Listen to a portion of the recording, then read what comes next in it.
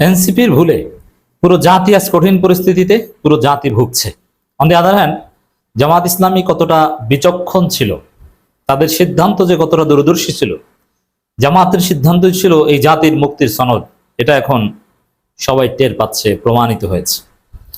দর্শক, বিএনপি জুলাই সনদ, সংস্কার, গণভোট এগুলো নিয়ে নাটক করছে, জাতির সাথে প্রতারণা করছে, বিএনপি বেইমানি করছে। বিএনপির ইতিহাস বেইমানির ইতিহাস।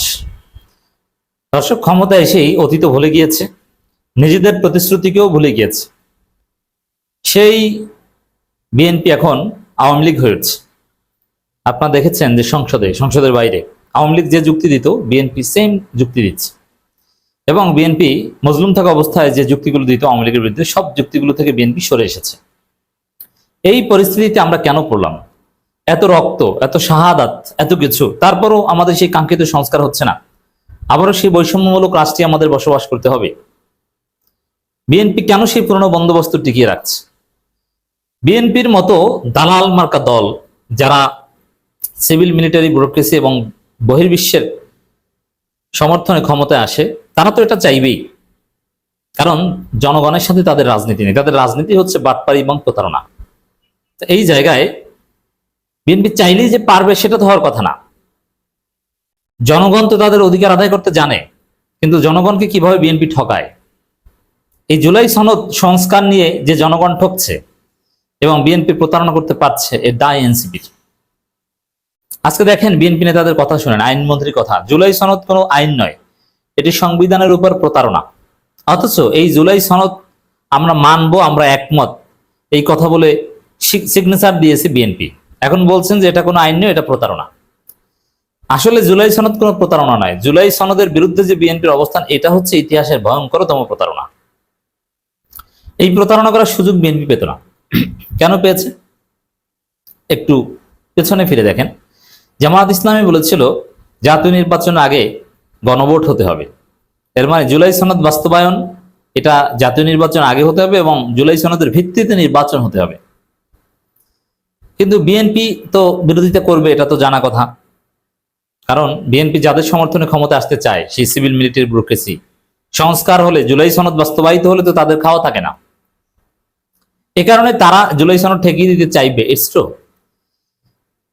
কিন্তু বিএনপি জাতীয় নির্বাচন এবং গণভোট একই দিনে চেয়েছে এবং একই দিনে হয়েছে। বিএনপি কেন এটা আদায় করতে পারবে, কেন পেরেছে? এটা আমি মনে করি এনসিপির জন্য।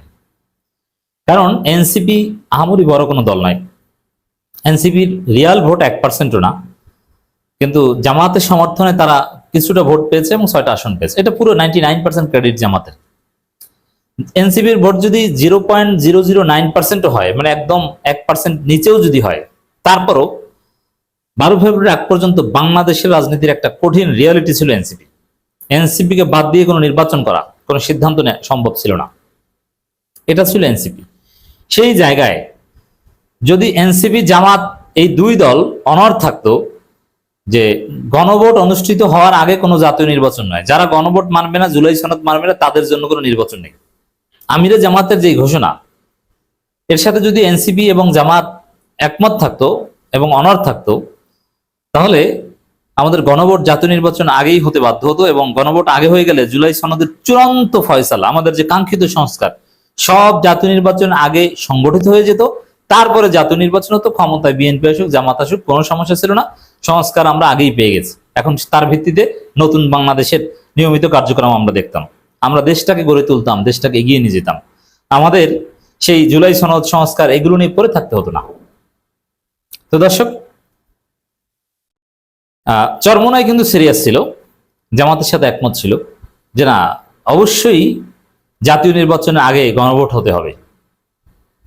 তাই জামাতের যে দাবি, এটা কতটা দূরদর্শী ছিল এখন তো দেখছেন, সবাই টের পাচ্ছে। জাতীয় নির্বাচনের আগে গণভোট হলে এইসব প্রতারণা, গণভোটকে অস্বীকার এবং জুলাই আদেশ এটা একটা প্রতারণা, এইসব কথা বলার সুযোগ বিএনপি পেত না। এবং বিএনপি জুলাই রক্তের সাথে এরকম গাদ্দারি করার সুযোগ পেত না, গণভোটের সাথে এরকম প্রতারণা করার সুযোগ পেত না। গণভোটটা যদি জাতীয় নির্বাচন আগে হতো, বিএনপির ধান্দাই ছিল এটা। আমি এটা বলেছিলাম, পিনাকি ভট্টাচার্য বলেছিল, গৌতম দাস বলেছিল, সবার একটা কমন কথা, আমরা প্রত্যেকদিন সকাল সন্ধ্যা চিল্লেই বলতাম যে জাতীয় নির্বাচনের আগে গণভোট না হলে সেই গণভোটের কোনো মূল্য থাকবে না। বিএনপির প্ল্যান হচ্ছে এটা যে যদি তারা ব্রড মেজরিটি পায়, তাহলে এক পর্যায়ে সব গণভোট টনভোট সব ধামাচাপা দিবি। হ্যাঁ, সেটাই হচ্ছে, আমাদের আশঙ্কা সত্য হচ্ছে। এখন এনসিপি যদি সিরিয়াস থাকতো যে না, জাতীয় নির্বাচনের আগে কোনো গণভোট নয়, তাহলে মানে গণভোটের আগে কোনো জাতীয় নির্বাচন নয়, তাহলে পরিস্থিতি এদিকে যেত না। তো দর্শক, এনসিপি কি বলেছিল একটু স্মরণ করিয়ে দিই। এনসিপির অবস্থান ছিল, প্রথমে বলেছিল যে না, গণভোট জাতীয় নির্বাচন আগে হওয়া উচিত, কিন্তু পরে বলেছে না, জাতীয় নির্বাচন এবং গণভোট একই দিনে হলে সমস্যা নেই। ওইটাই ছিল বিএনপির আপোষ, এনসিপির আপোষ, এবং ওই আপোষের কারণে আজকে জাতি ভুগছে, পুরো জাতি এই কঠিন পরিস্থিতির মধ্যে পড়েছে। অতএব এনসিপির ভুলের কারণে, এনসিপি কি কারণ, এটা কি বিএনপি থেকে কিছু সিট পাওয়ার লোভে কম্প্রোমাইজ করেছিল কিনা কে জানে, শেষ পর্যন্ত হয়তো ভাগ বাটোয়ারা মেলেনি। তো এনসিপির কারণে আজকে এই অবস্থা, কারণ এনসিপি তখন সবার কাছে গুরুত্বপূর্ণ ছিল যে তাদেরকে বাদ দিয়ে কিছু করা যাবে না, এরকম একটা অবস্থা ছিল। তারা শাপলা চেয়েছে, যেভাবে হোক শাপলা কলি বা শাপলা যেভাবে হোক জন্ম দিয়ে হলো এটা তাদেরকে দিতে হয়েছে, মানে তারা যেটা চাইতো এটা বাদ দেওয়ার সাধ্য কারো ছিল না। তো দর্শক দেখেন, আইনমন্ত্রীর ধৃষ্টতা দেখেন, তথাকথিত জুলাই, এই জুলাই আদেশকে এখন বলছে তথাকথিত, অথচ এই জুলাই আদেশে বিএনপি স্বাক্ষর করেছে এবং বিএনপি একমত ছিল, দেখছেন? এখন সেটাকে বলে তথাকথিত। প্রতারক, ধান্দাবাজ, বাটপার কাকে বলে ওকে কি যদি দেখতে চান, বিএনপির মন্ত্রীদের দেখেন। এটা বুঝতে বিজ্ঞানী হওয়ার দরকার নেই। এখন এই জুলাই আদেশকে বলে তথাকথিত। তাহলে বিএনপি জুলাই সনদের প্রতি কোনো শ্রদ্ধা রাখে? এই যে বিএনপি বলে যে না, জুলাই সনদ আমরা অক্ষরে অক্ষরে মানব, আদেশকে বলে তথাকথিত, তারা জুলাই সনদ মানবে কি?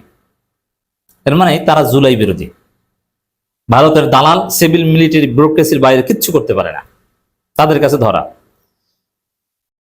জুলাই আদেশকে বেআইনি, ভিত্তিহীন ও কালারেবল লেজিসলেশন অভিহিত করে আইনমন্ত্রী আসাদুজ্জামান বলেছেন এটি মূলত সংবিধানের উপর একটি প্রতারণা, ফ্রড অন দি কনস্টিটিউশন। তাহলে কি বোঝা যায়? ওই যে হাসিনার সংবিধান, ৭২ সংবিধান, ওইটি হচ্ছে মহান পবিত্র, অতএব সেই সংবিধানের উপর প্রতারণা, সেই সংবিধানের ভায়োলেশন, এটা একদম উচিত হয়নি, কারণ ওটা হচ্ছে বাইবেল, হাসিনার সংবিধান কি মধু, বুঝতে পারছেন? অথচ খালেদা জি এই সংবিধানকে ছুঁড়ে ফেলতে চেয়েছিল এবং ৭২ সংবিধানকে কেটে ছিঁড়ে একদম চুরমার করে ফেলেছেন শহীদ প্রেসিডেন্ট জিয়াউর রহমান। আর আজকে বিএনপির মন্ত্রীরা, এমপিরা কি পরিমাণ দালালি করছে। তিনি স্পষ্ট করেন ১৯৭২ সালের সংবিধানে আমাদের ভিত্তি এবং সার্বভৌম সংসদকে কোনো অবৈধ আদেশ দিয়ে বাধ্য করা যাবে না। দেখছেন, ওই আদেশ অবৈধ আর সংসদ নাকি সার্বভৌম, এটাও একটা বাটপারি। সংসদ সার্বভৌম নয়, সংসদের সার্বভৌম নয়, সেটা তো আমরা দেখেছি যে সংসদের বিভিন্ন সিদ্ধান্ত আদালত বাতিল করে দেয়। সংসদ সার্বভৌম হয় কিভাবে? এটা কোথায় আছে সংসদ সার্বভৌম? সার্বভৌম হচ্ছে পিপলস পাওয়ার, আর সেটার রিফ্লেকশন হচ্ছে জনগণের মতামতের ভিত্তিতে যদি কোনো গ্রহণযোগ্য সংবিধান হয়। অতএব একমাত্র সার্বভৌম হচ্ছে জনগণের ক্ষমতা। তো বিএনপি কোন লাইনে কথা বলছে? আওয়ামী লীগ এবং বিএনপির মধ্যে কোনো পার্থক্য আছে বলে এখানে মনে হয় না।